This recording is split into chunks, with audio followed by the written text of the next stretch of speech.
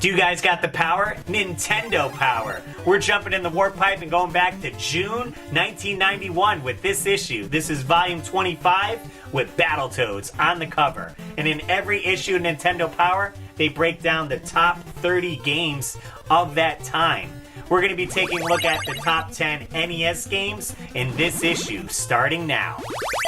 Tetris, the classic puzzle game for sure. You can spend hours on this game trying to get the high score, trying to get past those higher levels when the blocks start dropping. It's always fun and enjoying the first few levels that you're playing. Music really pulls you in. I enjoy the soundtrack on this so much, and that the colors change every time you get to that new level and everything starts falling faster. Your heart starts racing more and you're trying to make quick decisions. Certainly a fun puzzle game, addicting for sure, so I could see why this placed on the chart. Tons of people were getting this. Great for all ages too. You know, anyone can play this game, pick it up, have fun with it. It's a classic.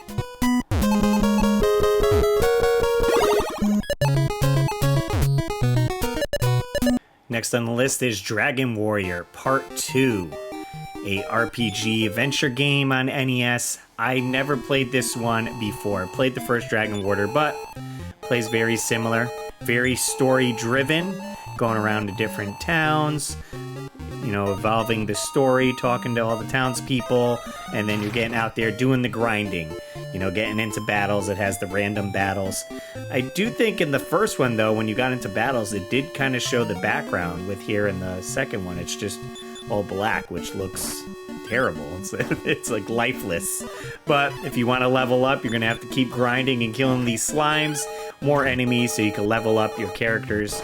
You could certainly sink a ton of hours into this game, and you know, it appeals to a certain people that enjoy these RPG games. I myself don't play a ton of them, but if this was the only game you had growing up, you could put plenty of hours into it and enjoy it. Dragon Warrior 2 on NES.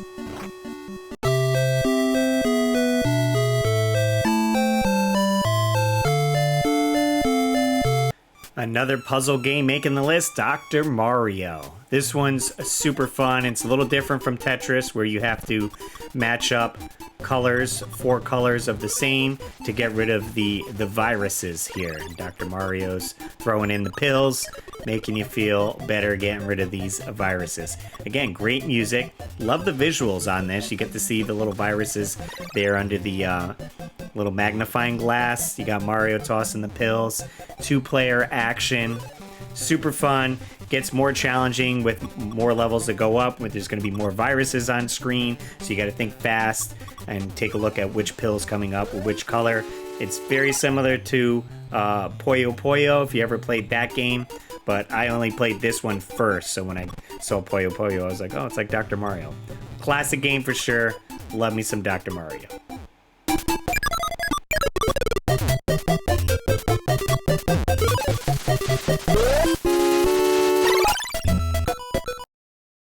Crystalis. Again, another RPG style game. I love that it opens up with these cutscenes, almost kind of like a comic book. You only get to see a little bit more, and when you jump into the gameplay, again, it looks similar to, you know, RPG, maybe like Zelda, Startropics, kind of mixed with Final Fantasy. You could go into the towns, talk to people, you know, get your weapon upgrades from there and see where you need to go next. And then when you get to the overworld, I do like that it is real-time combat, so you can choose to get into a battle if you want, and you're just striking them with your sword, and you can get your money from there so you can get some upgrades. And if you want to avoid fighting altogether, you just walk around them. Certainly a lot to explore, and this game would certainly take up some time. You got to put the time into it, but it looks like a great game overall. I never got to play it growing up. Have you guys tried this one? Let me know.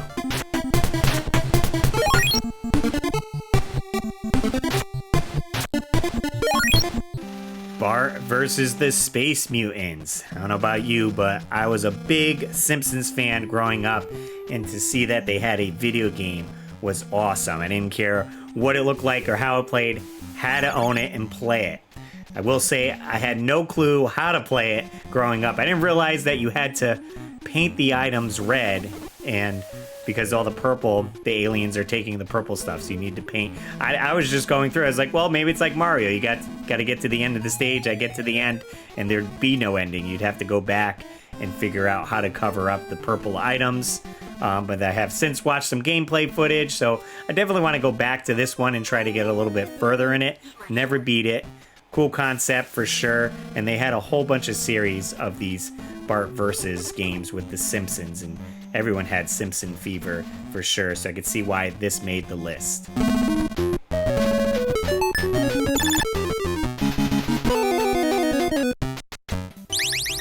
Hey, let's take a break and see what the poster was for this issue. Looks like it was a poster for Super Spy Hunter. Pretty cool. All right, let's get back to the list. All right, I mentioned it earlier before in the list, Startropics. Man, I love this game. Plays pretty much like Zelda. You got the same select screen there when you're choosing your character. You got the overworld view right here, and then you can go into towns again, talking to people. I prefer this so much more than like Dragon Warrior and Final Fantasy. I think the balance is great. You have when you go into the dungeons. Again, it kind of looks like Zelda, and it's stuck on this grid, so Mike can only walk in grid form, up, down, left, right. So you're kind of stuck in that, but you get some cool weapons. You do start off with a yo-yo, you get a baseball bat, and you can upgrade that. Lots of secrets and lots of places to travel. Cool boss battles for sure. And this is definitely my summer go-to game. Got that feeling because you're on a desert island. I'm hoping they get a remake with this. Nintendo, come out with a Startropics remake. I know people were rooting for him to get into Smash Brothers. That didn't happen, so we'll see. Maybe we'll get a remake or HD upgrade coming to the Switch.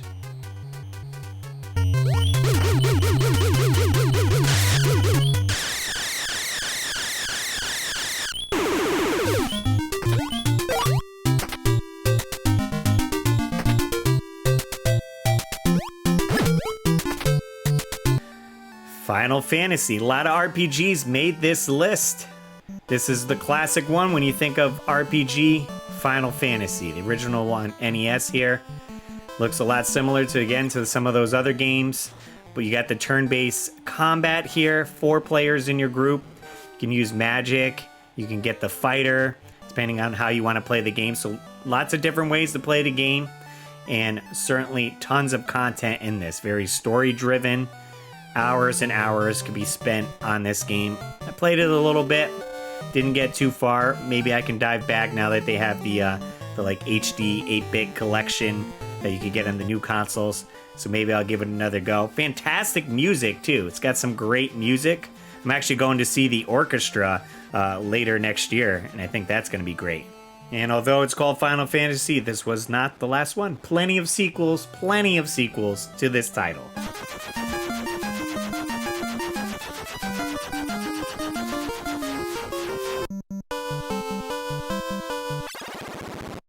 Oh man, you guys know I love me some Mega Man. Fantastic game. You got the password system, so you can come back to it if you rented this one. Pick which boss you want to battle. And they did add, since it's Mega Man 3, they added the slide. You can now slide on the ground, helping you traverse the levels a little bit better. I always enjoyed playing Mega Man games. Definitely tough. You know, you got to put the time in to get good at platforming. A lot of pitfalls, a lot of spikes. But it's always fun going through, seeing what enemies you can beat, which ones have weaknesses when you get to the boss. All right, what weapon am I using? Music, of course, fantastic music. Can't complain about that. Love me some Mega Man soundtracks. Fun one to go back to and enjoy.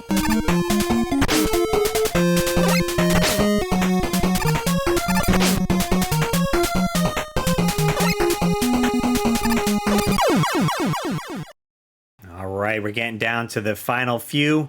Super Mario Bros. 3 had to make the list. This game took everyone by storm when it came out. It was so much more improved on this game, more levels, more power-ups. Of course, you got a lot of promotion with the movie The Wizard coming out, showing some previews of it, so everyone was hyped on this game. Couldn't wait to get their hands on it. Very difficult to get it when it came out. It was sold out in a lot of stores because we only got certain copies. I loved it. I remember having the Nintendo Power guide dedicated to this. It was a whole issue, red with Mario with his raccoon tail on the cover. Had all the secrets in it. I went in and out of that magazine, learning all the secrets, getting the whistles.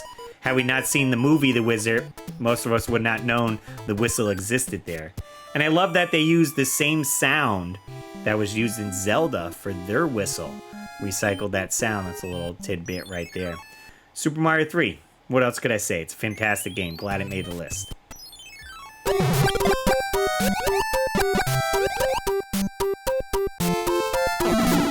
Number 1 game for June 1991, Ninja Turtles 2, the arcade game.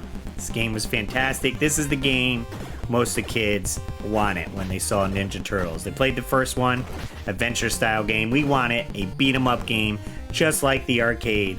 That's what they brought us here, so I can see why it ranked so high on the list. Being a big Turtles fan, growing up, had Turtles bed sheets, the action figures, watching the cartoon, and I wanted my NES game for sure. This is a great rental game, play on the weekend. 2 players, so you could grab a buddy, pick your favorite turtle, and kick some foot butt. I'm sure this is going to stay on the list for quite some time in Nintendo Power. Kids are loving their Ninja Turtles. Cowabunga!